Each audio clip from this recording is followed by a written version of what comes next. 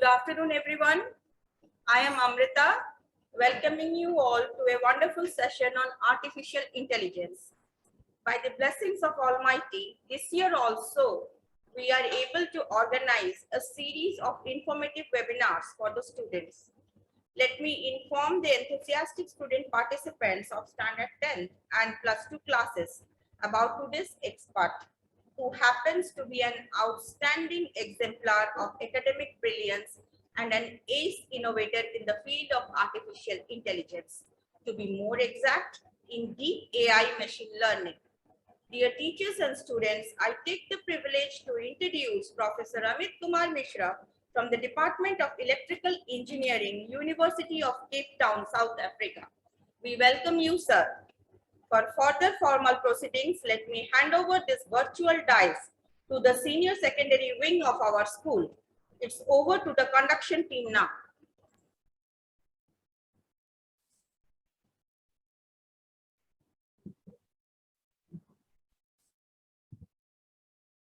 Good afternoon, everyone.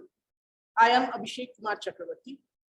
I would like to extend my heartfelt gratitude to our RO sir, Dr. K.C. Satpathy, and our ARO madam, Dr. Sujata Sahu, for providing us an opportunity to organize this webinar. I am equally obliged to our cluster head, LMC members, and our head of the organization for providing us with an opportunity to organize the webinar and enlighten the students. Now, I would like to request everyone to stand up for the D.A.V. card.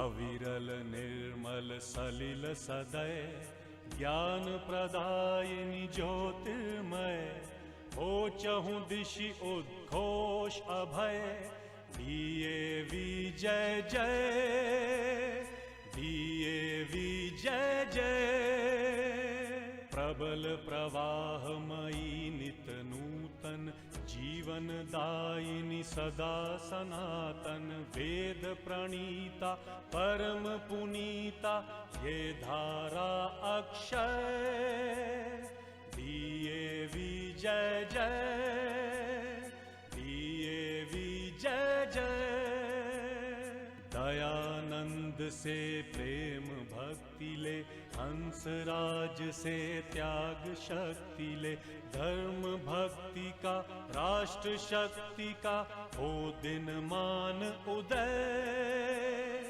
D.A.V जय जय D.A.V जय जय सुख समृद्धि इसकी लहरें प्रेम शांति इसके तट ठहरे सघन शांतिमय प्रबल क्रांतिमय लिए अटल निश्चय D.A.V जय जय D.A.V जय जय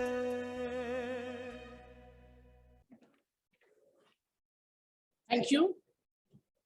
I would now like to call upon our respected principal madam to speak a few words of encouragement to this August virtual gathering. Madam, please.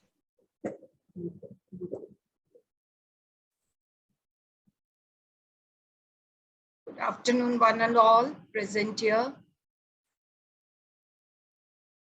On behalf of the regional office,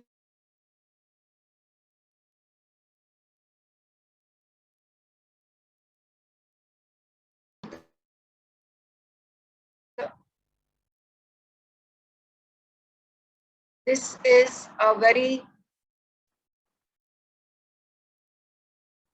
special day for us because we have been able to reach up to people very far away from Berhampur. And thank you, sir, for having given your consent to be here amongst us, guiding the children on certain perspectives and making them aware of what all happens.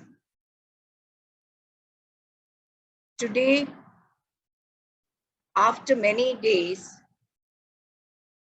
we have been able to organize a seminar for all these children. And I hope everybody sitting here is able to clearly get an idea of AI and the special topic that has been taken up. Wishing you all the best and hoping to have a very interesting session. I would like to thank everybody who is present here involved in this working, as well as every person who remains associated with such working and promoting the topics and the subjects which are to be taken up in the school amongst the children. We are able to reach far and wide because of these beautiful platform which has been available to us. And it is thanks again to the COVID, which has made us learn that it is not only a particular place where we can remain always confined, but go to every nook and corner. Find out people who can share with us special things and give this information to the children.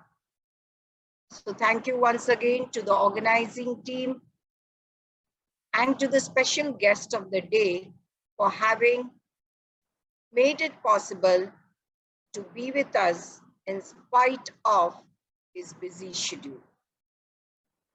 Thank you once again to everyone. Now it is over to you, sir. Thank you, madam. We are all living in a world that is technology driven. It is unimaginable to think of a day spent without electronic gadgets.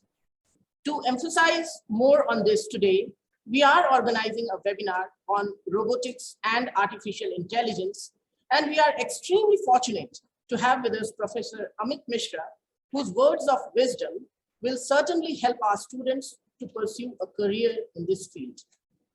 Professor Amit Mishra is the acting convener of the Radar Masters at University of Cape Town, South Africa. After 2 years of industrial experience at Wipro as a VLSI design engineer and also as a scientist at Defense Research and Development Organization, Professor Mishra did his PhD at the University of Edinburgh in Scotland in 2003. After being employed as a faculty member at the prestigious Indian Institute of Technology, Guwahati, India, for 4.5 years, he joined University of Cape Town in 2016. Sir has supervised 3 PhD students and more than 15 master students. His areas of interest include radar system design, machine learning. He has published more than 300 journal papers and has 2 US, 1 UK, 1 South African, and 3 Indian patents to his credit. Sir has also published research articles in deep learning, that is a specialized form of machine learning. He is a senior member of IEEE and a National Research Foundation rated researcher at University of Cape Town. Professor Amit Mishra has also co-authored a book, New Methodologies for Understanding Radar Data. Sir, we formally invite you to our virtual dais to enlighten our budding talents. It's now over to you, sir. Thank you very much. And thank you, the organizing committee, for organizing this wonderful seminar. Of course, as Madam told, thanks to COVID, we have got this opportunity to meet remotely. But with that also comes the challenge of engaging with the audience, because in a classroom environment, it is much easier to ask questions and get feedback and have a more of a dialogue and not a dictation. But given all the limitations, I shall try my best. There will be times when I may ask questions. I shall wait for like half a minute in case any of you have got any answers. Please free to unmute yourself and answer. That way we can keep it more lively. Also, if there are, it's mostly for students, so students should be advised to interact, ask questions anytime through the presentation. You don't have to wait till the end. By that time, the whole spirit is gone. Okay, just to give a map view of my journey so far, as it was told, like I did most of my education and early career work in India. After PhD, also I was in Guwahati for some time. I spent some time in Australia and Cape Town. And I also visit Europe regularly on different assignments. What I have been doing, I was designing chips like the processors and the chips that are there in your cell phones and your gadgets and all those kind of things. Let me see. One thing I have been doing since 2010 is human brain inspired cognitive computations. What can we learn from the way human brain works?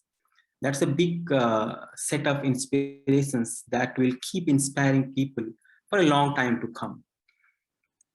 And as Madam told, I have been working on AI and ML, artificial intelligence and machine learning for a long time. In addition to those algorithmic side, I also work a lot on hardware development. Like my main core area of expertise is radar and telecommunication system design. In fact, today morning only, before this meeting, I had this long workshop with Indian Air Force discussing about radar platforms that can be used to detect drones. As you know, drones are nowadays getting cheaper, easily available. And that's also the reason why they are a big problem, because anyone can buy a piece of drone and fly and do whatever they want. So detecting drones is a major challenge. And today's discussion was around the development of new age radar systems which can detect and track drones. Coming from drones, so this is one project that I did 2.5 years back. So one problem that we see, let us say, for example, you have built a new building for the school. Now, before the contractor hands the building over to you, you would like to make sure that the building is good, well made, right? For that, of course, you send somebody to check the electrical installations and see that the fans are working, the lights are working. But one thing we rarely check is, are the building's windows and walls, they are heat sealed. For example, given the conditions in India currently, most buildings are equipped with air conditioning systems or air coolers. Now, when you are cooling a building from inside, then you don't want any of that cool air leak outside. That way you are wasting energy, your energy bill goes up, and also you are harming the planet. So this was, and for colder countries, for example, let us say in Canada or Finland, Norway, the opposite problem. There's too cold outside, there has to be heating systems. And so they have to make sure that there is no leakage so that the heat doesn't leak out. Now, doing this is an extremely challenging task. Like you basically have to go to every window and make sure that it is properly closed when it is closed, all those things. What we developed was a quick way to do that whole inspection in just one go. So we installed an infrared camera on a drone. You can see that drone, and we designed different algorithms by which, an infrared camera, the way it works is that it creates an image where the strength of the image, like if some point looks brighter, it implies that that point in the image is hotter. If some point doesn't look bright enough, then that point is cooler. So for parts which are red, they are hotter, and the part that are greenish, they are cooler. The idea was to fly the drone in a well-designed path. You can see in that green building, you can see. So that's how we designed the path the drone will take. Once the images are collected, then you process it automatically. You can call it automated processing, you can call it AI, ML, whatever.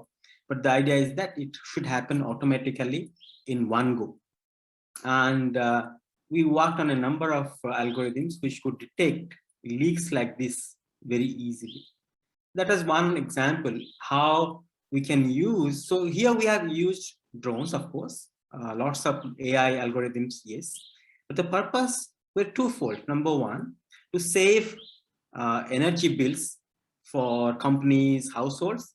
But the bigger picture is that, as you know, the more energy we consume, the more carbon footprint we create. And climate change is a real challenge, and that has to be stopped ASAP. So it also helps in the bigger goal of mitigating climate change.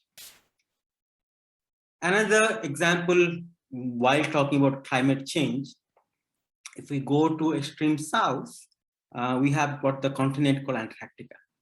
Now, Antarctica is an extremely important part of Earth's ecosystem.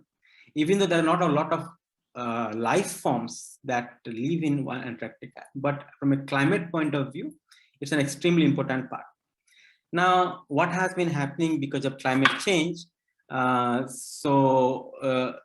ice is melting and the ocean currents are behaving in different ways. Now, studying the ocean current is a crucial part in trying to understand the effect of climate change on Antarctica and the effect of Antarctica on climate change.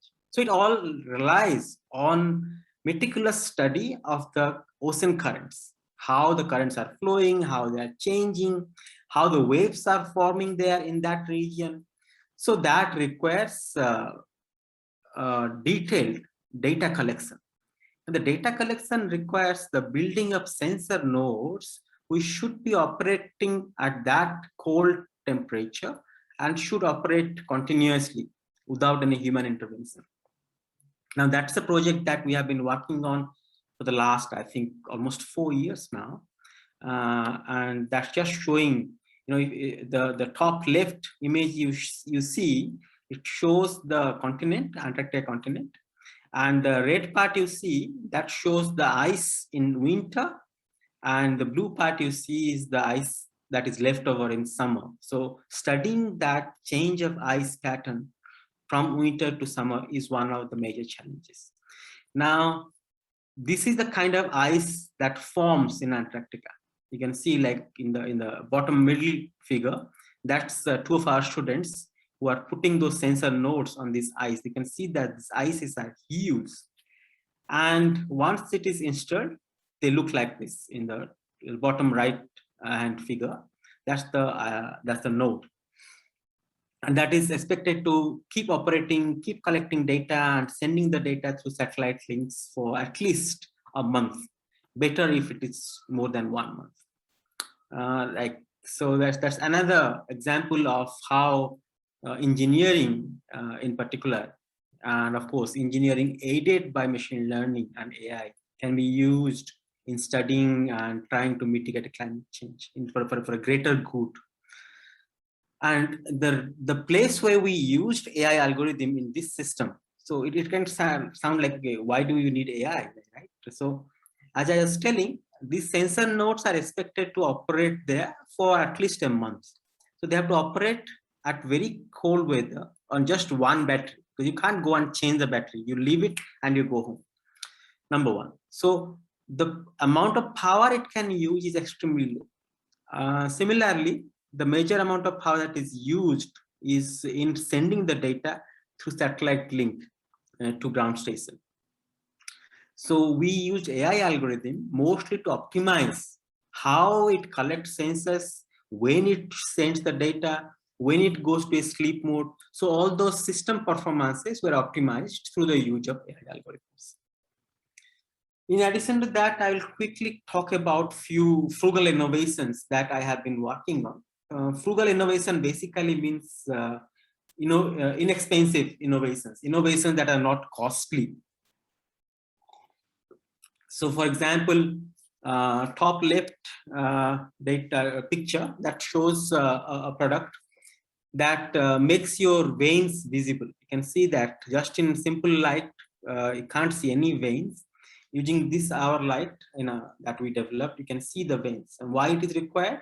Because sometimes you get babies who get congenital diseases for which they may be having to take injections. And injections come in two types. One is intramuscular, like your COVID vaccine, you just put it. The other one is intravenous. There you have to find a vein and then give the injection. So these kind of things are very difficult, especially for small babies, the veins are not visible. So it's very difficult to find the vein. So this kind of products will help to find the vein. Top right image, that's the image of a chatbot that we developed in African language for new mothers. Because again, like India, the rural parts of South Africa are also very inaccessible. So they don't exactly have immediate access to doctors and paramedics. So for common questions, they can chat on the chatbot and get informations. And when things go out of hand, the chatbot should tell that, okay, yeah, now you should go to a doctor. Bottom left-hand corner, that's an image of a device that we developed, which can detect counterfeit medicines. Like you might have seen news articles that police, found some like truckloads of counterfeit medicine. Like these are medicines which have the same look and feel and the tag and the brand like on the packet as a real medicine, but inside they're not exactly medicine, like sugar pills. And this is a huge market. Like in a year across the world, around $10 billion of counterfeit medicines are produced. So it is a big market. And you can imagine, let us say an Asha Didi in remote village in India, she gives some medicine and the medicine is counterfeit. She has got no clue that it's counterfeit. And if she gives the counterfeit medicine, that will not work, right? And people will die. That's exactly what happens. And there is currently no solution for these things. And we have developed this device which costs roughly 1,000 rupees. And that can recognize a set number of counterfeit medicine. Like you put the medicine on the slot, it can tell, is it a genuine medicine or a counterfeit one? And the last one, bottom right corner, that's a smart ECG. So it uses your smartphone and a small outside device. Then you can connect that to your hands or legs and you can start recording ECG. It's very easy. And the connecting device I was talking about, that is very cheap. It's like 50 rupees. So that's also another very inexpensive innovation that we worked on. So the reason I wanted to tell you all these things, just to get excited that engineering can be used in multiple number of ways to solve the big problems on the earth. Now, coming to the main topic, this is just to like warm up exercise. The main topic, what is robot? So we all use the word robot. And if you ask, okay, who started using the word robot? Yeah, and very interestingly, it's not a scientist or engineer who started using the word robot. It's in fact an author, a fiction writer, Karel Čapek from Czech Republic, who first used the word robot in one of his novels. And then since then it became a mainstream jargon. The point is that you should read more fictions as well. In addition to your course books, try to read classic fictions, not the cheap pot boilers of Chetan Bhagat. Again, coming next, the next the most fundamental set of rules for robotics, they're called the fundamental laws of robotics, the 3 laws of robotics. If you ask any engineer, scientist, they would know that. And they again were actually developed by another sci-fi author, Isaac Asimov. And the laws are very simple, but they are quite fundamentally to the development of human-like robots. For example, the first law says that a robot may not injure a human being or through inaction allow a human being to come to harm. There are actually nice movies on the second clause, like the robot should do everything possible to make sure that the human doesn't come to harm. So for example, in a counter argument, if the robot sees that human beings are actually doing things to harm the environment, then they can actually do things. We should stop those kind of activities. The second law is the robot must obey the orders given to it by human beings, except where the such orders are in conflict with the first law. So they should obey human beings, except when the order is to harm another human being. They should not obey that.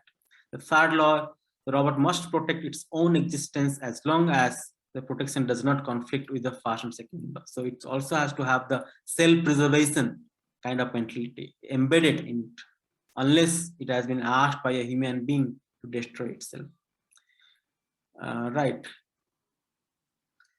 Now, we have now discussed a few laws about robotics, seen some history about the word robot and all those things. Now, again, we haven't exactly answered what is a robot, right?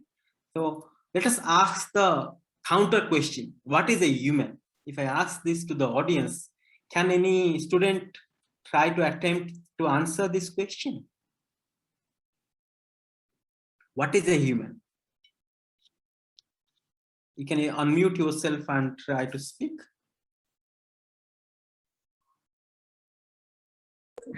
Students who are present may raise their hands. You can unmute yourself and raise your hands.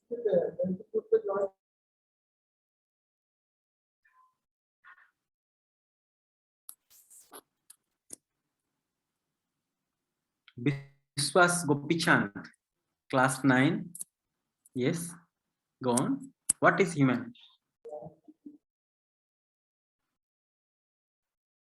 Biswas, you have to unmute yourself.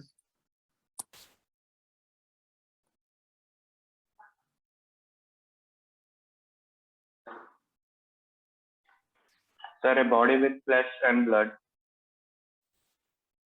Okay, a dead body also has flesh and blood, right? Isn't it? Anyone else? Sibaraj Sahu, class 12. Sibraj, unmute yourself. Yeah.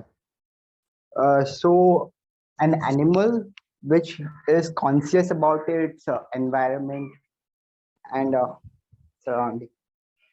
Good, good. So you started with an animal, but let us keep the word conscious as part of the definition we can use later. But what exactly an animal then? How do you define an animal?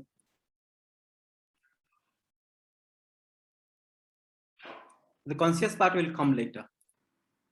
Anyone else? I saw another hand. There was a third person.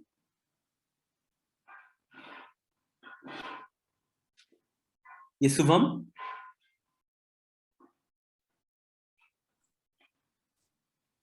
Subham and then Rasul. Let's just take these two answers, then we'll move on. First Shubham, then Rasul. Unmute yourself, Shubham. It's me, Fida speaking. What is a human is something who has awareness and emotions. What differs it from robots? Robots don't have emotions, and they are just like built by humans, and they just obey the commands. But humans have emotions, just like humanity, kindness, anger, fear. It's good. We shall come to those points later. Let's take the last answer from Rasul. Rasul, unmute.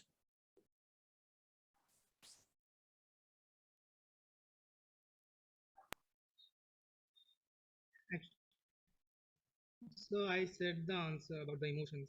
Actually, for me speaking. So okay, it was Rasul speaking. So now, okay, let's then proceed. Okay. So we have got some answers now. So we have heard things like there are something on consciousness, there are something on emotions, something also about animals, like we are basically animals, but with these extra things. So if we think very crude way, like let us not go to the big things like emotions and things that will come to later. we basically are made up of three major parts. We have got the brain, of course, as you told, which is responsible for emotions and cognitions and all those things. We have got senses through which we sense the environment. I think there is somebody who talked about sensing the environment. And then we have got the arms and legs and the mouth and all those things. So three things make the basic human being. So we have got the senses, we have got the brain to process those senses and then give command through, and which is then acted through arms and legs and tongues and all those things. So basically there are three parts that define, for that matter, any animal actually. Sensors, processors, and actuators. And that's exactly also what are the three main parts of a robot. There are sensors through which it has to sense the environment, what's going on. Processor has to process the sensed data, take some decisions, and those decisions have to be enacted through what is called actuators. Actuators are things that convert a signal, like signal about and command, to some physical activities, some mechanical things. Right. Now let's try to break each of these things: sensors, actuators, and your processors. Okay, sensors. What are they? Any examples? Like for example, for human beings' point of view, we have got our eyes. We call it panchendriya, eyes and taste and smell and those kind of things. So if you think that same thing in terms of machine point of view, you also have got sensors, right? You have got a webcam which sees, that's a camera, so it's basically like an eye. Then you can also develop, now there is a lot of work going on in developing what is called bionic nose. So something that can act like a nose, can smell things, bionic nose. And of course, we have got mic, and mic is nothing but like your ear. It can sense sound waves. Similarly, you can design. In fact, we are limited in terms of our sensors because you can only see optical lights.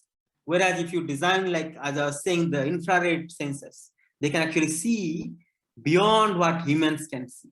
That's even better, right? That's why robots can sometimes do things which common human beings cannot do. If you think of sensors, we have talked about infrared, then mic, and then optical. They actually basically do one common abstract activity.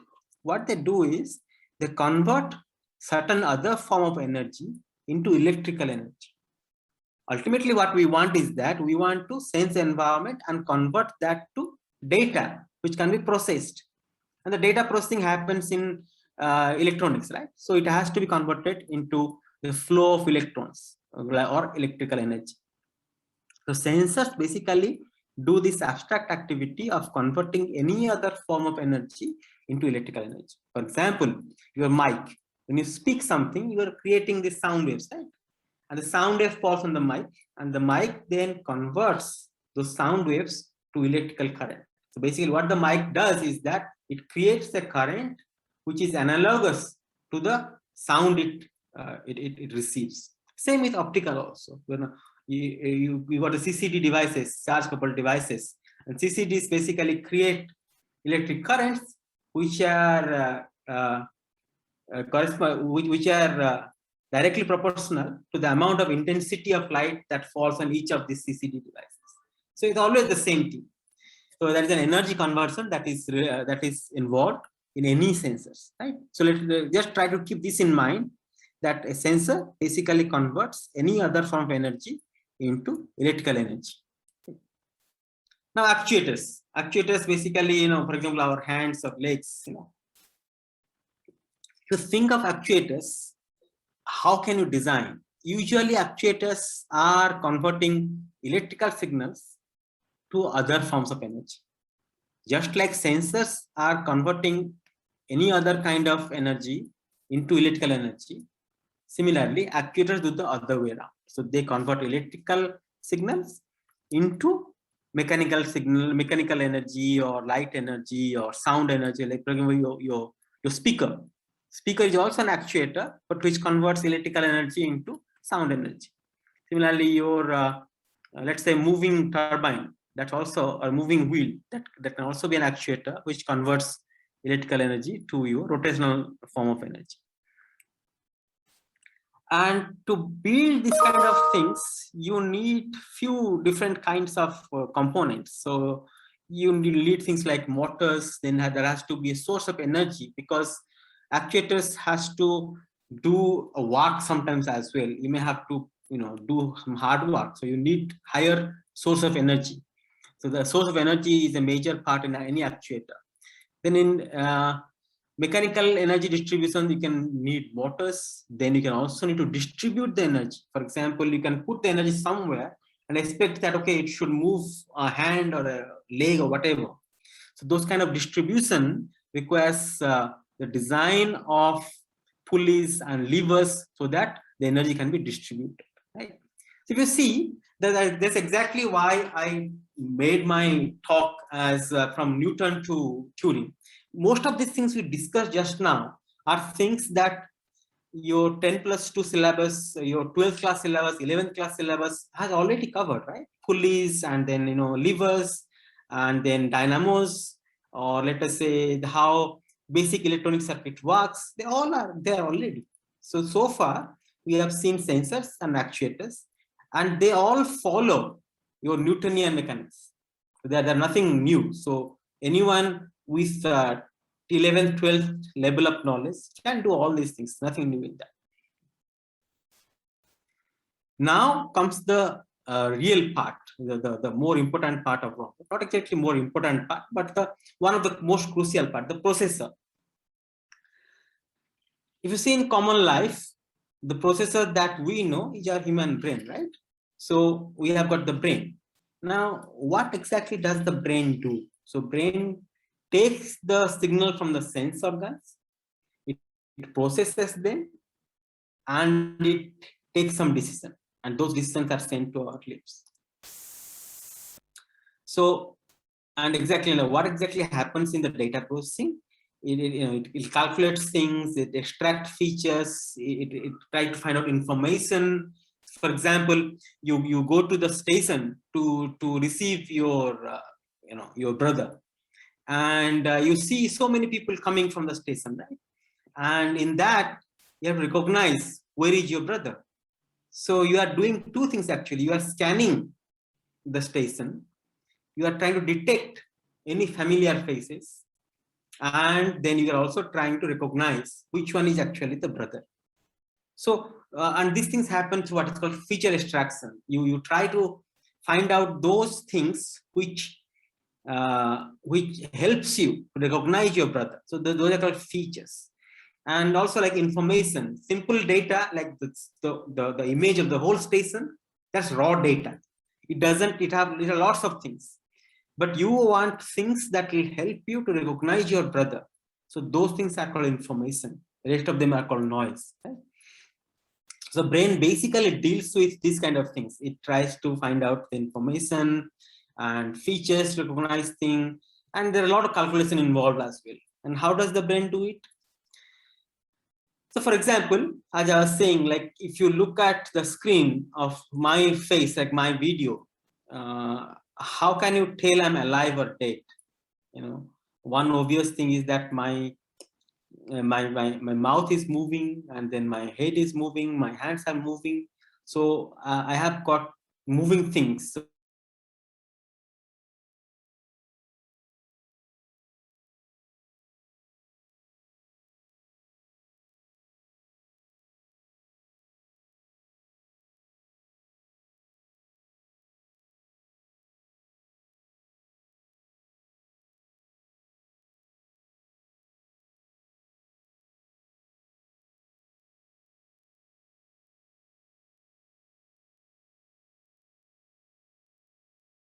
devices we have. So any computer you see, any chips in your phones, they all are Turing machines. But there are some new findings which kind of suggest that human brain is not exactly a Turing machine. We can come to that if we have time at the end. Now, we have been talking about this Turing machine. Okay, who is this guy Turing?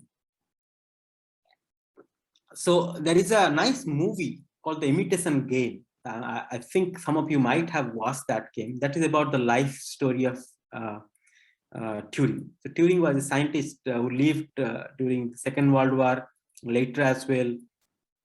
He built that machine to decode the German encrypted codes about the motion of their ships and submarines. And he was also the founder of computational theories. And in fact, he also built one of the fast computers in the world. So he is regarded as the father of both computer science as well as artificial intelligence. Now, as I was saying, he was the first person to theoretically give a framework to a computer. So he defined what is a computer, and from those definitions, he developed a rich theory on modeling and then analyzing computational tasks. So that's how he was the first person to give this model of Turing machine. Secondly, he also developed a lot of theory around artificial intelligence, and he was the first person to give a test, how to test if a machine is intelligent or not. You know, you talk about AI, artificial intelligence, but then if somebody comes and says, okay, I have developed an AI algorithm, how do you check the claims? You know, so Turing was the first person who gave a test to check if certain system is intelligent or not. And the test is very simple. It's called the Turing test. It's very, very simple. What it says is that, let us say somebody has developed a computer. You put the computer or the system in a room and let that computer interact with a person remotely, just the way we are talking now. So now, if the person with a real person who is interacting with this computer, which is inside a room, he talks and chats and interacts. If he cannot identify whether the one chatting is a machine or a human being, then the machine has passed the Turing test. It is intelligent. For example, we discussed this question, right? Like you are seeing this video of mine in your screen. How do you know I'm alive or dead, or I'm living? So we have seen some tests. Now the last thing where we stopped was to see if the way I'm moving or talking, does it have any pattern or random? So simple random, it's easy to discard. But with the invent of AI algorithms, you can make robotics or things that can talk quite smart way, right? And if you go through this video of mine and then you can't make out, okay, this person, it seems like he's a real person.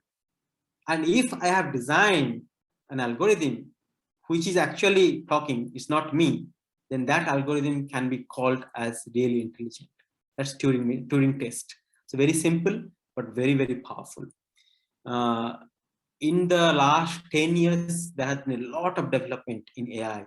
So there has been machines or algorithms which have passed Turing test in certain fields. So for example, there has been one group which developed an algorithm or a chatbot with lots of information about medical science. Now that chatbot could chat with other doctors, and because it has got all this medical knowledge in its database, it could answer and talk very naturally. So the doctors who were chatting with this chatbot, they could not exactly make out whether they are chatting with a machine or a real person.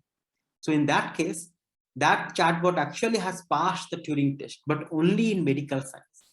So if the doctor then changes the question to a game of football or cricket, then the machines, the chatbot starts getting confused. So you guys are living in really exciting times, because so far nothing could pass Turing test. At least now, certain systems can pass Turing's test in certain subjects. So these are like tremendous developments that are happening recently.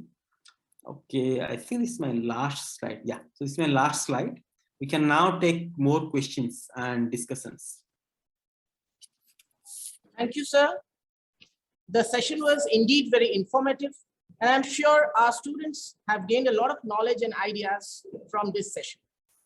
Sir, I would now request you to please give us a few more minutes for some questions from our students, And I Yes. would like to call upon my colleague, Manaswini Madam, to take the session forward. Over to you, Madam. Thank you, sir. Good afternoon, everyone.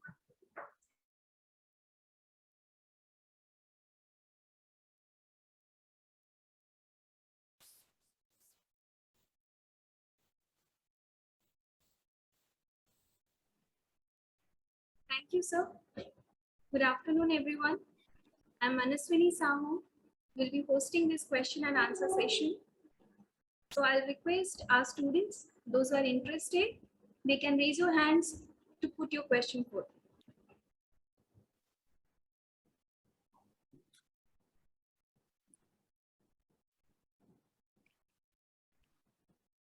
Yes, Anna, you can unmute yourself and put your question. So first of all, good evening, sir. It's an absolute pleasure having you here with us. So my question is, as you said, robotics has developed from fiction, but the kind of robotics we see in fiction is far more sophisticated than what we have right now. So according to you, what is the rate of development of robotics, or how quickly is it developing in today's time? That's a very good question, actually. To answer that question, I will cite some work by Fuller. Which class are you in? The one who asked us question. Which grade are you in now?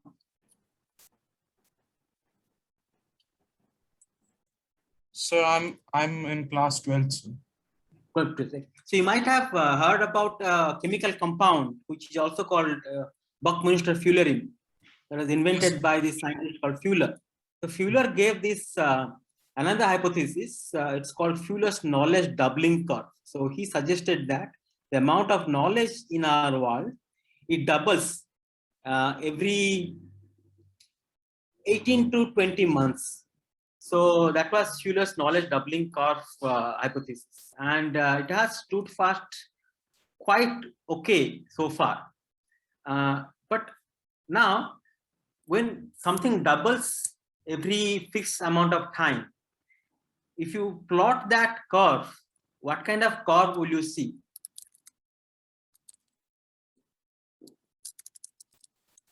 Is it a linear curve, or is it a clumsy curve? What kind of curve do you expect to see? Something y is doubling every fixed change in x. So how would that curve look like?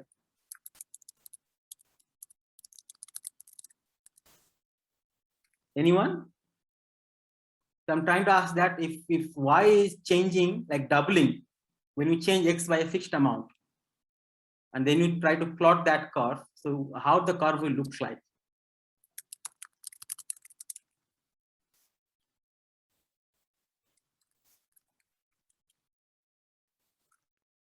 It's an exponential increase. So it increases like this. And if you have heard of this story in which this guy goes to the king and says that I want some donation, and what you want, I want that every day you should give me double the amount of rice that you gave me yesterday. Like today you give me 1 rice, tomorrow you give me 2 rices, next day you give me 4 rices, the next day 8 rices. And the king thought it's a joke. He said, yeah, fine, no problem, take it. And within less than a month, the whole kingdom's the store of rice was finished. So that's the beauty of exponential curves. They look as if they are increasing slowly, but at some point they just go fast very quickly. And luckily, I think, this is just my hypothesis, we are in that stage of human knowledge development where the knowledge is growing extremely fast. So when the knowledge is growing very fast, it is very difficult to predict what will happen. So your question is a difficult one, because the knowledge is growing so fast, we do not know what, like things that are happening today, nobody could have imagined that they will happen 2 years back, but they are happening now. So I think I am pretty sure that in a matter of 5 to 10 years, we would be seeing all kinds of fictional robots in real life. That will be my answer. Thank you, sir. I hope Arnav, you are clear about your question. So now we will go for next question. Fida, you can unmute yourself to put forth your question.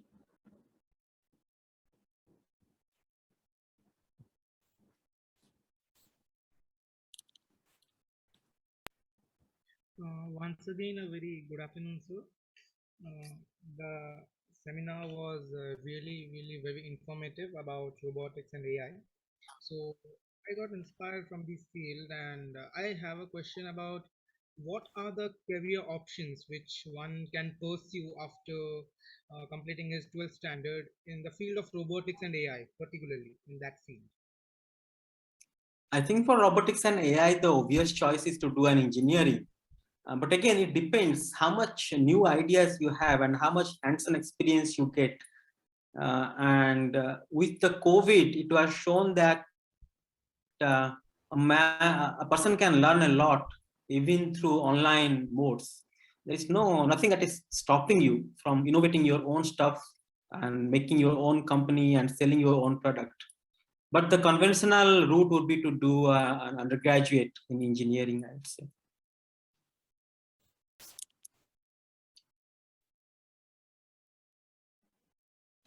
So we will go for the next question now.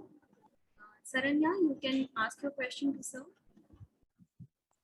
A very good afternoon, sir. Thank you, sir, for giving such an informative information about AI, artificial intelligence, and robots.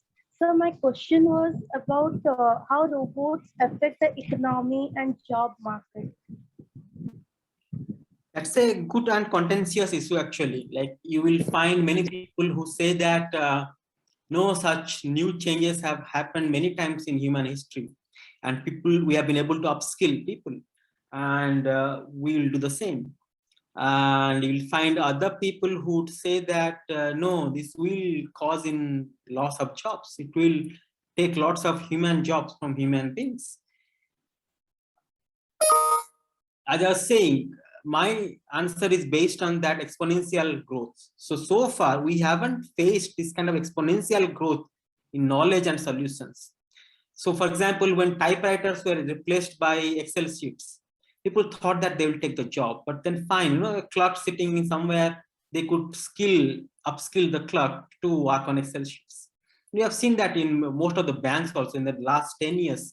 Most of the banks have been digitized and they have moved from pen and paper to computer-based things. And most of the old employees in the banks, they have been able to manage the changes. Now, think of the same thing from the current wave of new technologies. For example, autonomous driving. So your vehicles will be becoming more and more autonomous. They will be driverless. For example, and somebody who has been driving a car, let's say taxi driver, or let us say a truck driver, who has been driving truck or car for like 20, 30 years. Can you expect that person to now suddenly learn AI coding in TensorFlow and start making programs for AI? No, that's impossible. So I think we should face the reality that yes, there will be a huge loss of jobs. So the economy and the political situations should be prepared to handle this thing. And unfortunately, we don't see that kind of awareness among the economists and politicians that we're trying to prepare for this huge loss of jobs we'll face in coming 5 to 6 years. But we shall see what happens. Thank you, sir. For the current scenario, this is a question of thinking. And as you said, sir, we hope with the progress of time, this thing will be in running also. Thank you, Saranya, for asking this question. Now I'd like to Narmada to unmute herself to ask her question.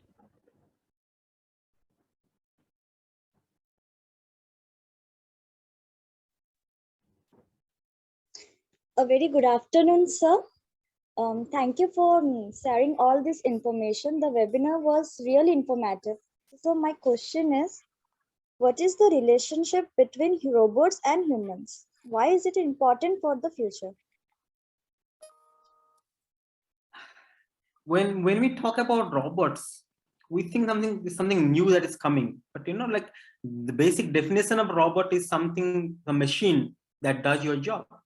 And that has been happening for a long time. It's not a new thing. Like if you go to big factories, even let's say you ate, I don't know, what those chips we get in India now, that bingo chips.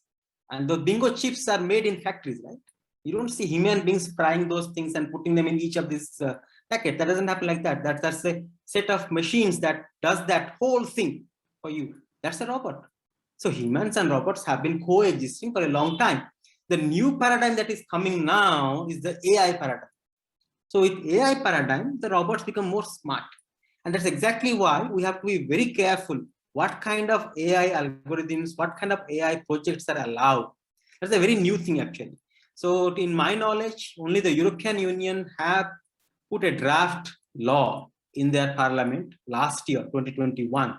It's called the European AI regulations, which tries to put regulations on what is allowed and what is not allowed in terms of AI development.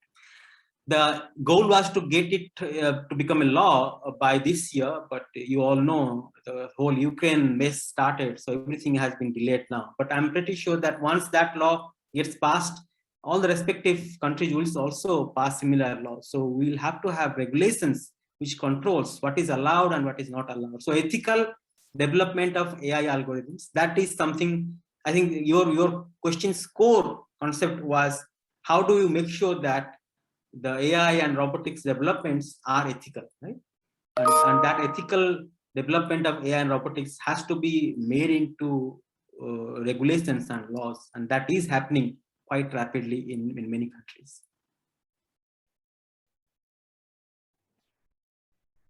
Now we will go for the next question. Yes, Savili, you can unmute yourself and ask the question. Good afternoon, sir. The webinar was very nice and informative.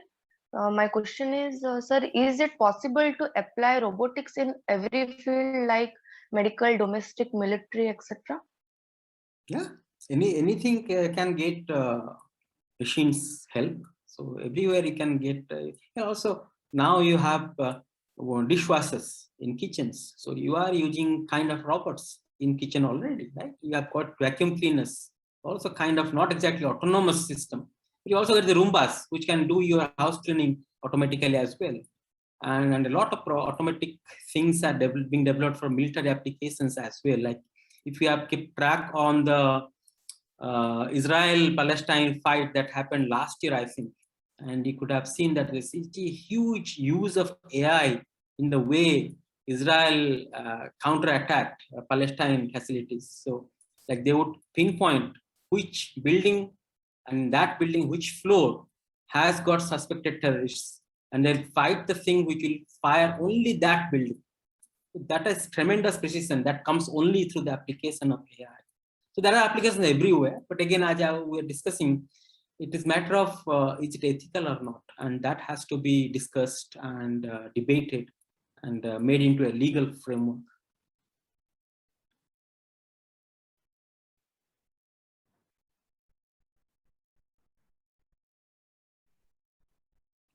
Thank you, sir. Next, I would like to Vishwas to unmute himself. Ask this question.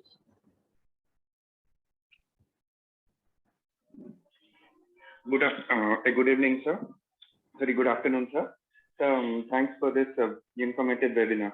So my question is, sir, as the AI is getting upgraded every with the passing time, sir, is it possible that they can take over whole world?